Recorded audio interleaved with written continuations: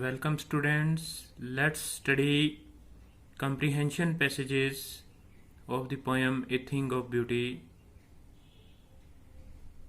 Passage number 1.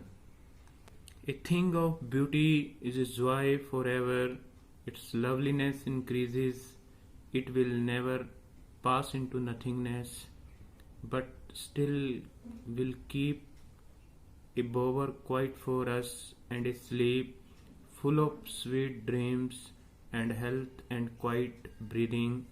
Therefore, on every morrow we are wreathing a flowery band to bind us to the earth, spite of despondence and of inhuman dearth, of noble natures, of the gloomy, of all the unhealthy and over darkened ways made for our searching.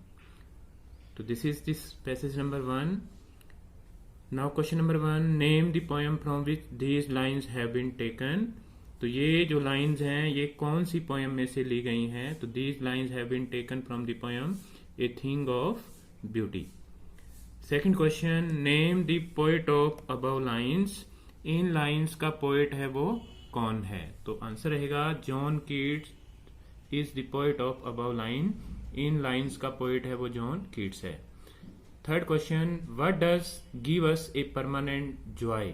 What क्या होता है? Give देना होता है, permanent ना खत्म होने वाला, इमॉर्टल जिसको कह सकते हैं हम. तो कौन सी चीज हमें परमानेंट जॉय देती है? A thing of beauty gives us a permanent Joy. Question number 4, What will never pass into nothingness according to the poet. Poet के अनुसार कौन सी चीज है वो कभी भी नष्ट नहीं हो सकती? तो क्या हो जाए? A thing of beauty will never pass into nothingness according to the poet. Poet के अनुसार a thing of beauty, okay, वो चीज जो हमें जो चीज सुंदर होती है, जो हमें जॉय, हैप्पीनेस, प्लेजर देती है, वो कभी भी खत्म नहीं हो सकती.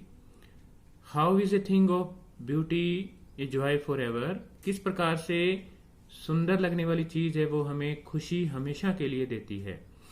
ए thing of beauty leaves a permanent impression on our mind. जो सुंदर चीज होती है वो हमारे माइंड के ऊपर एक परमानेंट इम्प्रेशन है वो डालती है. ओके, परमानेंट इम्प्रेशन है वो हमारे माइंड पर डालती है.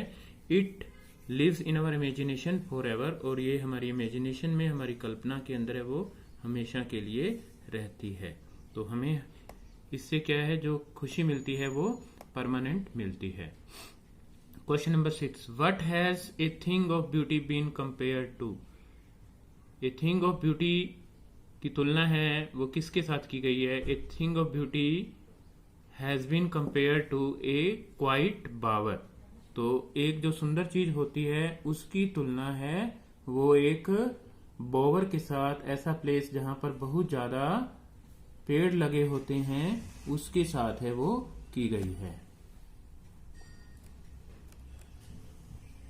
नेक्स्ट क्वेश्चन,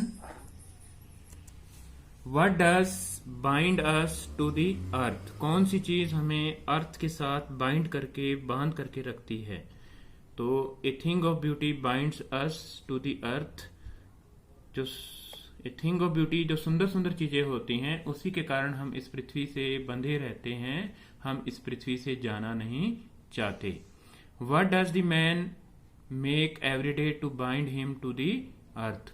आदमी है इस अर्थ पर रहने के लिए, इस अर्थ से ना जाने के लिए, ठीक है, वो क्या करता रहता है? The man is making a garland or string of flowers to bind himself to the earth. आदमी है वो स्ट्रिंग ऑफ फ्लावर्स बनाता रहता है, फूलों की माला बनाता है, जिसकी सहायता से वो अपने आप को इस पृथ्वी से बांध करके रखना चाहता है. और वो यहाँ से कभी भी जाना नहीं चाहता, चाहे उसकी कितनी भी एज हो गई हो. आपने देखा होगा कि अगर कोई 40 साल का आदमी है तो वो ये कहता है कि मैं अपने पोतों की बारात देखनी है, ठीक है. जब उसकी एज 70 ईयर्स की हो जाती है तो मैंने पोते देखने हैं. और अब जब वो 90 में भी हो जाता है तो भी वो इस पृथ्वी से जाना नहीं चाहता. वो कहता है कि मैंने आगे भी देखना है. नेक्स्ट है, what dearth does the poet talk of. पृथ्वी के ऊपर है वो किस चीज की कमी है? डर्थ मीन्स लैक होता है. The poet talks of the lack of noble natured person on this earth, इस पृथ्वी के ऊपर अच्छी नेचर वाले, नोबल नेचर वाले लोग हैं वो बहुत कम है, जिनका स्वभाव बहुत अच्छा होता है वो यहाँ पर कम है. व्हाट डज, तो there are many selfish people. Okay, people, most of the people living on this earth are selfish. There is lack of noble natured person.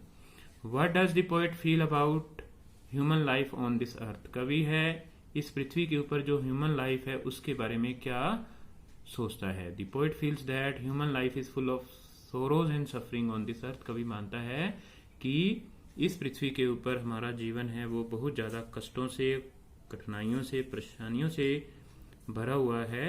Okay, but in spite of these sorrows and suffering, a thing of beauty removes the pall of darkened days from our life. So student, this is the first comprehension passage of this poem. Okay, the next passage we will do in the next video. Till then, bye bye.